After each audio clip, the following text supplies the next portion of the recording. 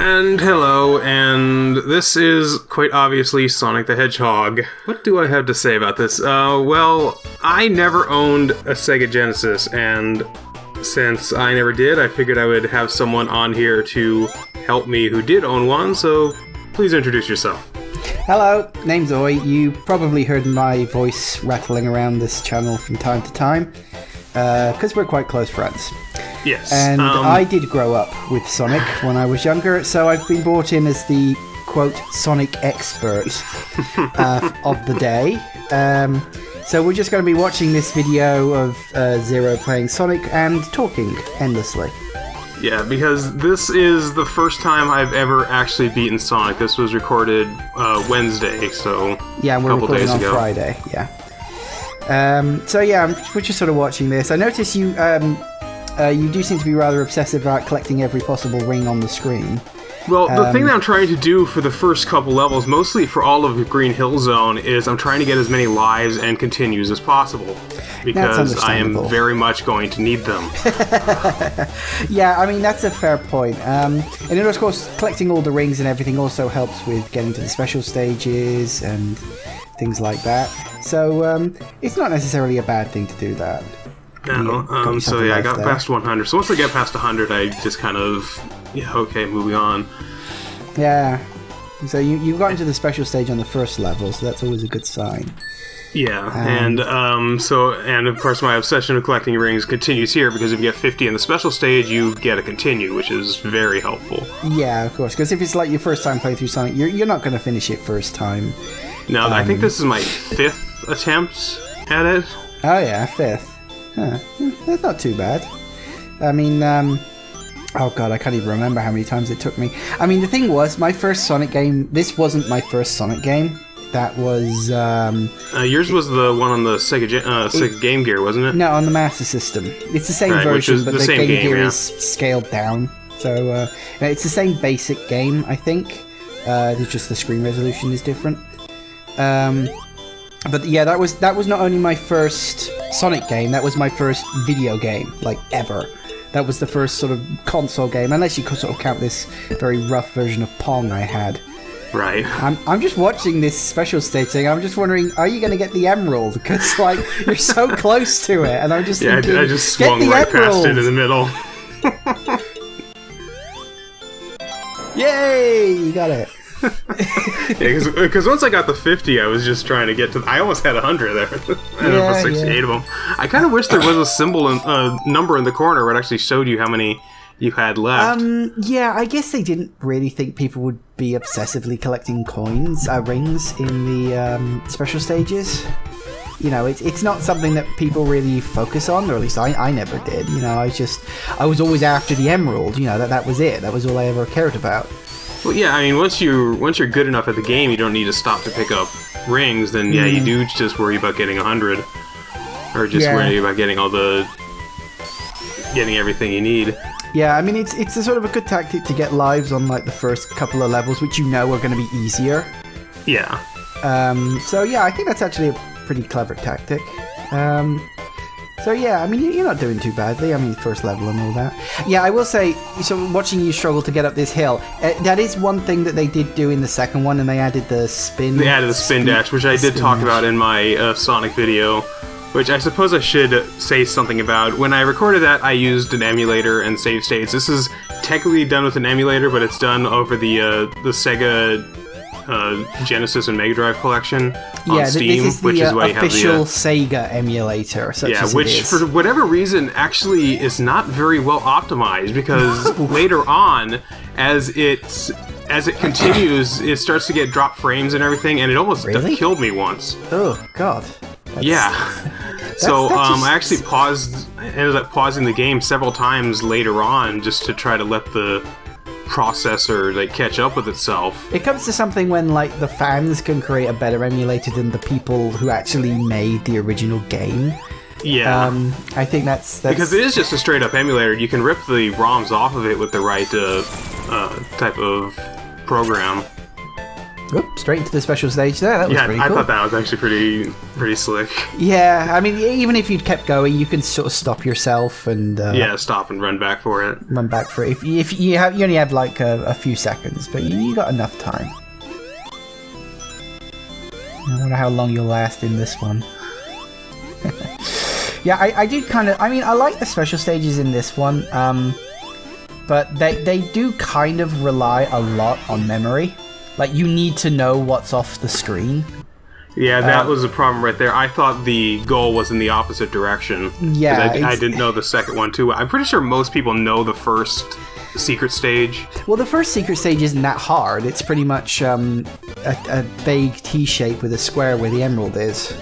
Yeah. That's pretty much the level. You can actually find maps for all of maps these of them. I did this without any maps. I was trying to do it, like, quote-unquote legit. Yeah, but I mean, it's funny, if you look at the maps, you can see how sort of carefully the levels are designed. Like you mentioned while you were playing it. Yeah, I did notice in concept it seems to work, but in execution not as well. Because in concept the levels are sort of designed where you have like multiple chances and you have multiple levels. Like I was going to the left, like, wait, there's nothing over there. Wait, there is something over there. Sorry. Yeah. So you have like multiple places, and if you miss a jump, then you're like, okay, you have to go down the peasant path with less rings on it. Yeah, but generally speaking, the top part of the level has more rewards than the lower parts of the level. Yeah, I mean, it's not quite cut and dry. Generally, like the lower half will maybe have more enemies, or it'll have less rings or something. But it's not really a bad thing to have to go down the bottom path, as in any real difference. I mean, it is something that was very much sort of taken even to sort of more extremes with later Sonic games. Like by the time you get to Sonic 3 and Knuckles, there are like multiple paths branching all over the place. Yeah. And when it comes to finding secrets in those ones, a good memory really helps. But I mean, you could say that about any game, really. Memories always help the game go easier. And here we go up against the first boss. You are going to probably think I'm rather pathetic fighting this boss. Yeah, I mean, the bosses are really good, but this boss in particular is like the classic Sonic boss. Everybody raves about this boss. Like, I think because it's the first one of, like, no, you're not doing too badly. I mean, you haven't got hit yet. Most people just kind of run up and smash him and completely dodge the ball. I'm just being very careful about fighting him. There was nothing wrong with that. Incredibly careful, very conservative. You're playing pretty much what I would expect a first-time player to play. Like, you play conservatively because you don't know what's coming. But this boss is just like very much ingrained in the Sonic. Yeah, I've seen like so many parodies of it that just kind of has him. He's very similar to the Bowser clown car, I suppose.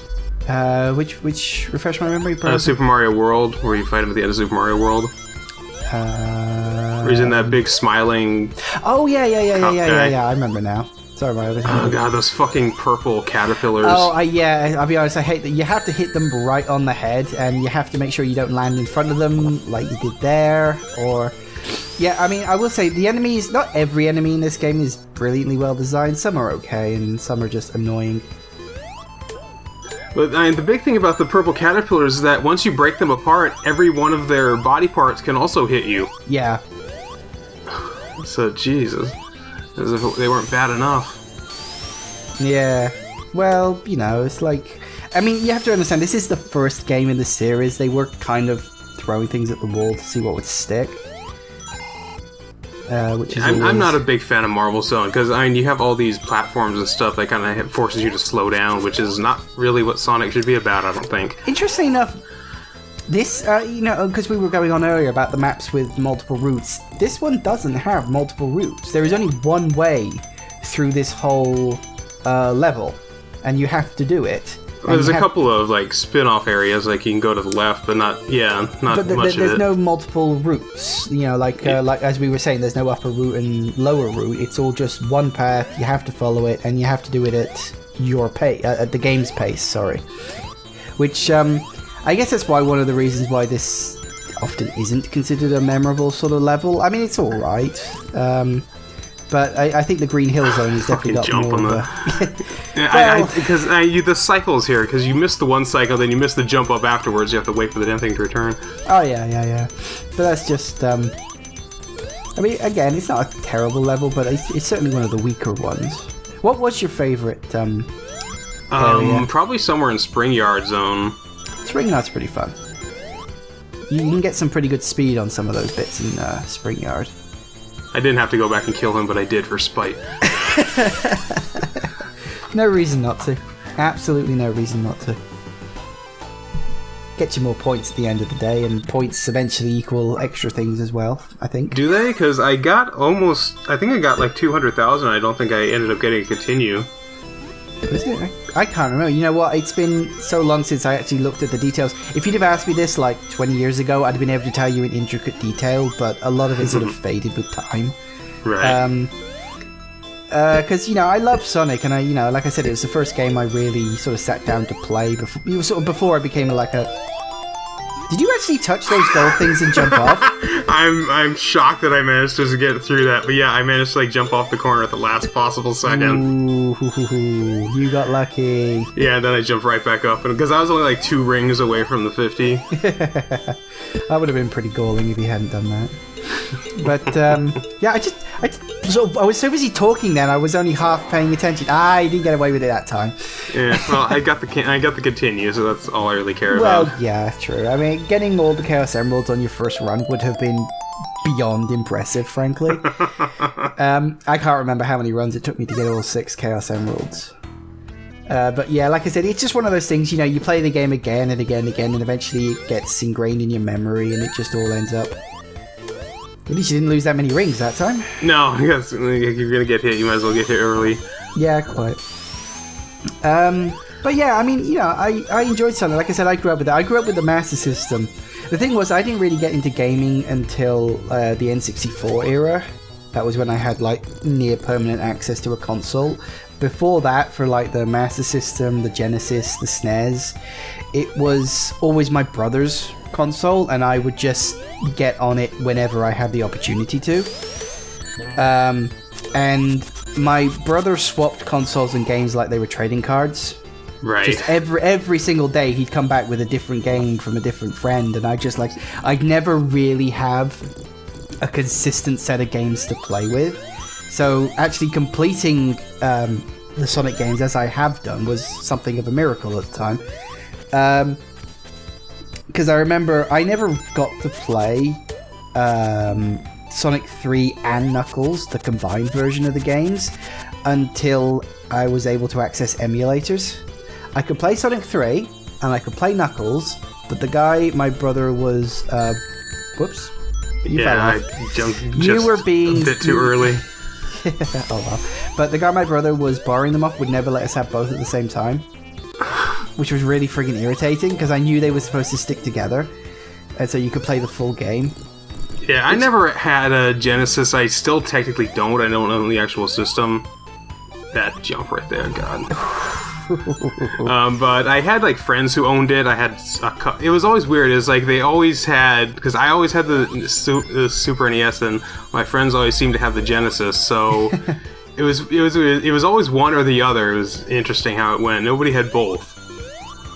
Yeah, and they would swear by one or the other. It's oh, Genesis is way better than the Super Nintendo. It's no rubbish. In the retrospect, we know that the Super NES wins, but well, I don't know. I think the NES had more. The SNES had more games on it compared to the Genesis. That's like saying the PS2 was the better. That's just because it had lots of games.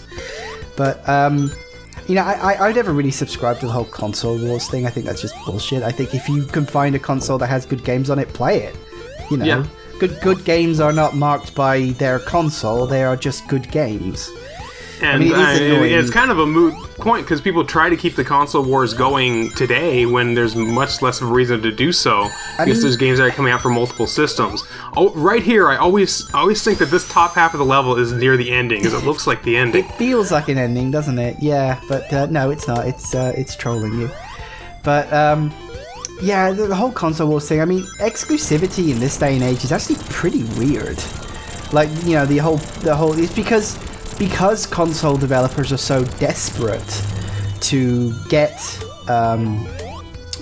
certain games on their console and to get people to buy their console, which they've spent all this money on. They sort of force these developers to have a couple of years of exclusivity. Ooh, that wasn't good. Run! So I'm like, fuck it, just get out of here. Grab some rings and go. Ooh, you just about made that. But yeah, I've never liked the whole exclusivity thing, because you know the games are eventually going to make their way onto PC and other consoles, or from PC to consoles, or whatever. Yeah. So I don't think it just works in the long run. I think people are just people won't go out of their way. Because I mean, back then you had to choose one or the other because your parents wouldn't buy you both, obviously. So you want to reinforce the idea that you backed a winner. You want to make sure that, well, I got this one, so this one's obviously the best choice. Yeah, exactly. But these days, of course, gamers are adults with disposable income, so... Well, not all. Well, obviously, you get the fanboys and shit as well, but it's like, oh, fuck, why did you pick up a PS3? The PS3 sucks. PS3 has no games. Xbox 360 is better. And it's like, dude, grow up. Seriously. Yeah, we're not living in the 90s anymore.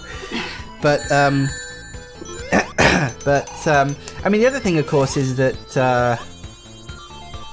Damn it, I lost my train of thought. What was I going to say? It was about...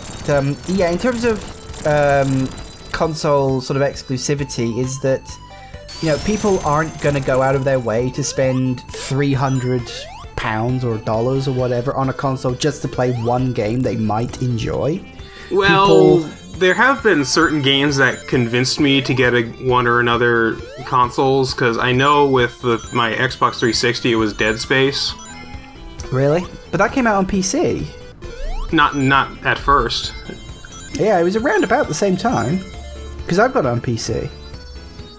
And I'm pretty sure it came out, I think, simultaneously?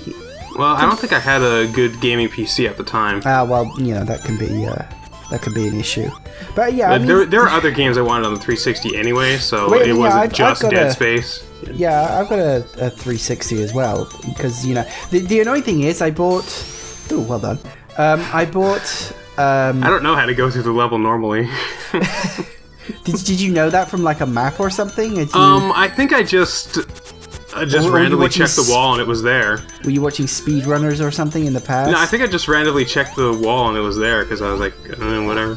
Fair enough. Because I'd learned that from a previous playthrough that it was there. Fair enough. Yeah, because what's annoying is that I bought a 360 for the games that were exclusive to the 360, and now I'm pretty sure much all of them are coming out on Steam. All of them are on PC and available on Steam now. I think... Like Shadow Complex, the Final Fantasy 13 If you need any series. proof that this wasn't done with an emulator and save states, right there. Any sane person would have rewound after hitting those fucking spikes. Yeah, that was bad. You gotta go all the way back now. Yeah, so I'm going here looking for if there's any supplies or anything, but nope. Sadly not. You gotta go the long way. To be honest, you know most of the level because you just screwed up there so much. Yeah, but most of the 360 games are on Steam these days anyway. But I think there's a couple that happen. Like Red Dead Redemption hasn't hit Steam. I have that. I haven't even tried it though. No, I've got the Game of the Year version. I haven't played it either. You know, do you remember at the beginning of the year I made that plan that I had 18 console games, 6 on the 360, 6 on the Wii, and 6 on the Wii U. And my plan was to finish half of them this year. We're halfway through the year and I haven't completed any. I'm probably not going to finish that plan. You know, well, you have your A to Z thing to work on now too. Yes, I came up with this idea for a... I haven't fully decided on the title yet. I think I was going to call it... What was it? The Steam Library A to Z Challenge? Yeah. Yeah, I'll probably... I don't know if I'm going to announce that. I'm still trying to decide where the hell I want to advertise. I've been looking around on Let's Play forums, but most of them seem unfriendly. Very elitist. Yeah, very elitist, very unfriendly. You know, it's like you go on there as like this sort of new person, and you're not even sure if you're allowed to post a Let's Play video of yourself on there. It's like, you know, Sorry, that was funny. I kind of panicked at the end. It's like, I won, but what do I do? There's fire. I think that boss is actually a lot more consistent than the first one. I guess he just has a better rhythm. Yeah, slightly easier rhythm. The problem with the first one is that the ball and the boss have separate rhythms to them, but that boss only has just him, pretty much.